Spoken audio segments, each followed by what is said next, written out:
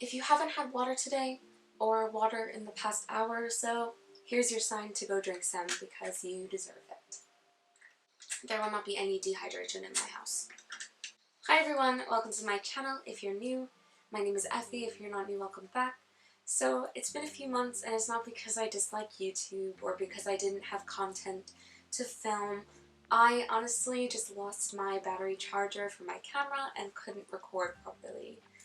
And I did record this video already, but I was editing and I did not like the way it was coming out, so I decided to just re-record it. This video is going to have two sections. This first section, which is going to be my August wrap-up, and then the second section is going to be my September TBR. Yes, I know, it's the middle of September already, but I'm doing my best.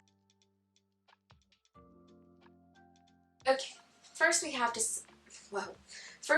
Dance of Thieves by Mary E. Pearson, and I was super excited about this book because I read the Remnant Chronicles, and this is a continuation of the Remnant Chronicles, like Kiss of Deception, Heart of Betrayal, Beauty of Darkness, I think. And that trilogy was really, really beautiful. If you don't know what that is, it's basically about a girl who is a princess and her father wishes for her to be married, which is most parents, to be honest. But he decides to do an arranged marriage because of royalty, and she is not down for that. It's not that she doesn't want to get married, it's more like if she did choose to get married, it should be on her own terms, which I wholeheartedly agree with. But she ends up running away, and her father, out of anger and feeling disrespected, not saying he was right, but out of those feelings, he sends a bounty over her head, basically, and not only that, but the prince that she's supposed to be marrying goes to look for her. And it ends up being a love story between her and the bounty hunter, which is great and all, but this book has nothing to do with that. None of the main characters are in this one. It kind of is just random characters. And it feels like there's no connect to them. It was a good book, it was fun, the writing is always beautiful by Mary E. Pearson, and I'm happy I read it. It just kind of feels like I finished and I was like, why should I care about these characters? What was the point of this continuation?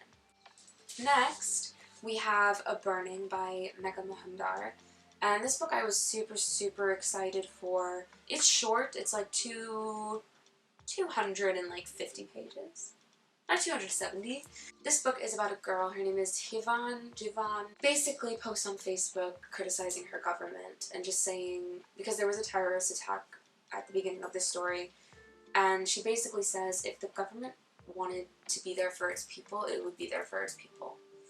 And that one thing spiraled, so a lot of people started accusing her of being a terrorist. And the character is 16, and I know that doesn't mean anything, but she is 16 and she ends up getting arrested out of these accusations. And every 5 seconds it's, did you do it?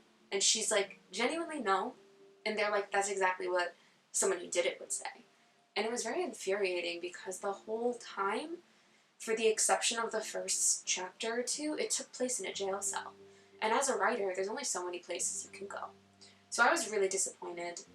The writing itself, it was okay. It wasn't bad, it wasn't great. It was just kind of neutral. It kind of felt like a 10th grader was writing a paper.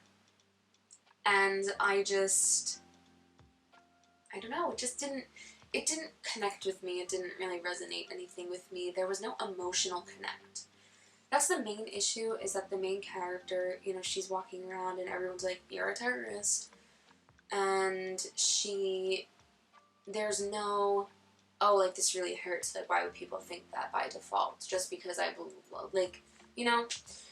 The whole point of this book, though, was really good. It was that you can criticize your government, and it doesn't necessarily mean that you hate the country that you're living in.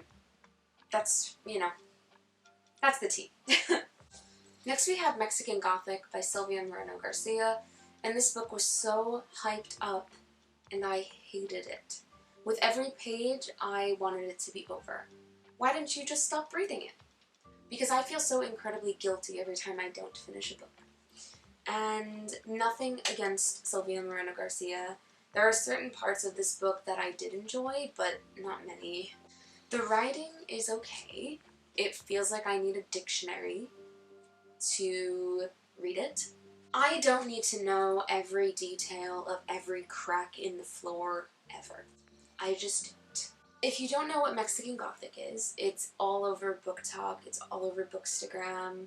A lot of people talked about it, and it's about this girl who receives a concerning letter from her cousin, very out of character, so she goes to visit her cousin. And she gets there and she's super disrespectful.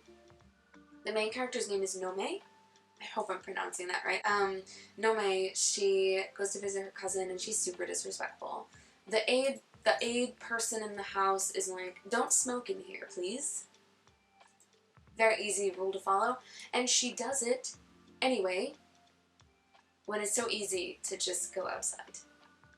I don't know. She's just like super disrespectful, kind of an unlikable character. She just always needs to be right. She was wrong about absolutely everything. Which, I get enough of that in my real life. Not my favorite character. Definitely not. And then I thought, honestly, I thought it was going to be about Mexican culture, with a little bit of forbidden romance, with a little bit of horror and ghosts and spooky stuff. That was not the case at all. So, there was no forbidden romance. There was very much a bidden romance. Oh, God. Everyone in the book feels like they can't leave the house where Nome's cousin is staying, where she lives. And it's not, I thought it was going to be, oh, like, wow, like, it's a ghost that's, like, keeping them there. There's, like, a curse on the house. Nope, nothing. It was actually black mold that was keeping them there, and they were all hallucinating. And somewhere in there, the cousin's husband or the cousin's brother-in-law, I'm not quite sure. That doesn't make any sense. The cousin's fiance, nope, that also doesn't make any sense. The cousin's husband's father, there we go, is basically taking over his son's body? But I don't know where that came in. I kind of missed that part. It just kind of showed up out of nowhere, it seems. And this book was way too short for any of that to be developed. 301 pages? It was just really, really disappointing. I did not like it. I will probably not be reading anything else by Sylvia Moreno Garcia. Not because there's anything wrong with her, it just, this book really just put a bad taste in my mouth.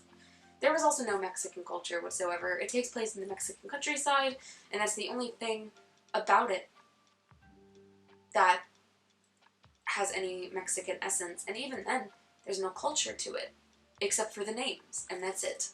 And it feels like there just could have been so much more. I would have liked to learn a little bit more about the characters.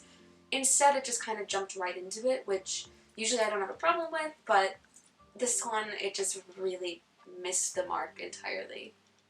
But it is what it is. Lastly, I have To Sleep in a Sea of Stars by Christopher Paolini.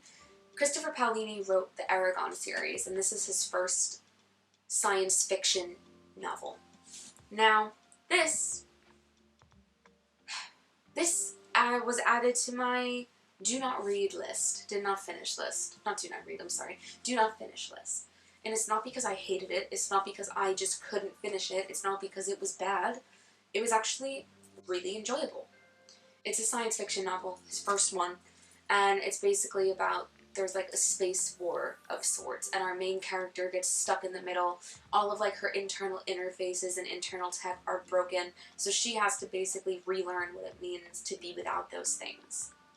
She has to teach herself what it means to be a human without all that stuff. And I think that's really beautiful. It's like 900 pages, and the first 75% I whizzed through.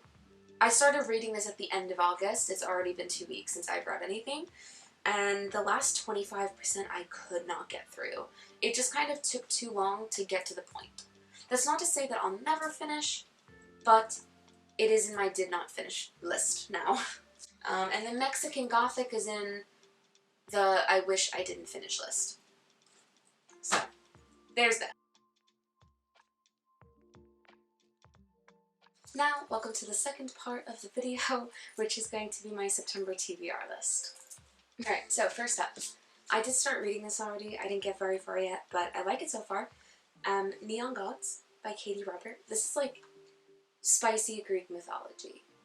It's a Persephone and Hades retelling. I've never actually read a Persephone and Hades retelling, but I'm really excited. It's spicy. How many peppers, you might ask? Probably like 6 out of 5. It's not long. It's like 400 pages, like average, by the way.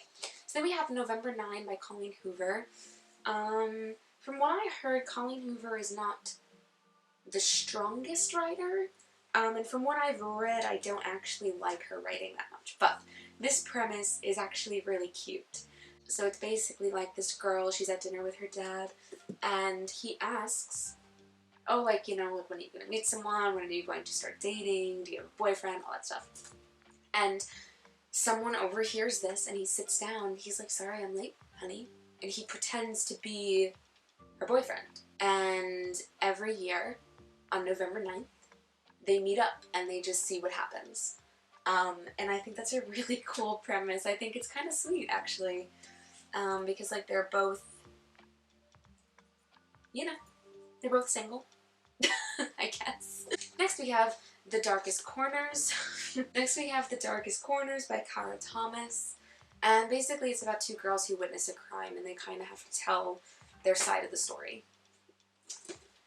That I've actually had for a while. I just never read it, because I thought it was about something else, but it's not. The House in the Cerulean Sea by T.J. Klune. I don't actually know what this is about, but it's a love story, and that's really all I could ask for. Next, this one I am most excited for out of this list, The Prison Healer. I don't know how to talk. The Prison Healer by Lynette Nani. Now this book is basically about this girl who essentially like works in a prison, I guess, but she's like the prison healer. She has like a very specific job, I guess. And it's very much, it's not like Hunger Games, but there's like trials of some sort. I don't know all the details. Usually I don't look too much into books before I read them. I like to kind of experience it firsthand. But this I am so excited for. Look how beautiful this cover is, first of all. Let's take off, like this is, dude, this is a nice shade of blue. Sign me up. I love it. I love it. I love it. I'm so excited. And the author is so pretty. Next we have Midnight Sun by Stephanie Meyer. I did try to read this a little while ago, and I was like forcing myself, and I just sold it because I didn't think I would read it. But with Twilight coming back on my For You page, I would like to read this. I am also going to reread Twilight at some point, but I want to get my own copy of the books. When I read them originally, I snagged my sister's, but I want my own copy. Just because. I haven't read it in a while, so I kind of want to reread it. Edward's perspective is hilarious, so I'm gonna read that. And last but not least, on my TBR for September, we have Better Together by Christine Riccio. If you don't know who Christine Riccio is, I call her Xtine May, even though her name is Christine May. But on YouTube, I used to watch so many booktube videos, and she was my #1 go-to. She had so much energy, and I really looked up to her as a YouTuber, as a reader, and now as a writer.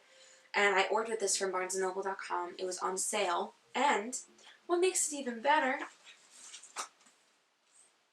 it's signed. She's signed. This book is about 2 sisters, 2 best friend type situation, and they are going through their own stories, and it's a little more complicated than that, but like they're sisters technically, and they basically have to get to know each other, because from what I know of, it's kind of like, oh, like my step sister type thing, but I'm really excited about this. I have an older sister. Why not? I'm excited for this. Christine, if you're watching this, I know you're not, but hi. You've inspired me quite a lot, and I'm really excited to read your book. And then that's it. That is a total of 7 books on my TBR. I got a lot to do. I'm going to read Neon Gods first, though. I'm going to get a little bit of reading done, and hopefully I will finish at least 3 books this month. That is all I can ask for. But yeah, here we are. Ooh, got tape. So that is all for this video. I hope that you enjoyed it. It was a little quick one. As I read these books, I'll do more in-depth videos about them and my thoughts and feelings. If you want any more in-depth about my August wrap-up books, let me know and I will make that happen. I'm disappointed in all of my August wrap-up books. I'm excited for all of these, hence why they're on my TBR, but hopefully I actually get some reading done, because I'm tired of not reading. Thank you so much for watching, and I hope that you enjoyed. Have a wonderful day, week, month, year, anything in between. I will see you all next time. Bye!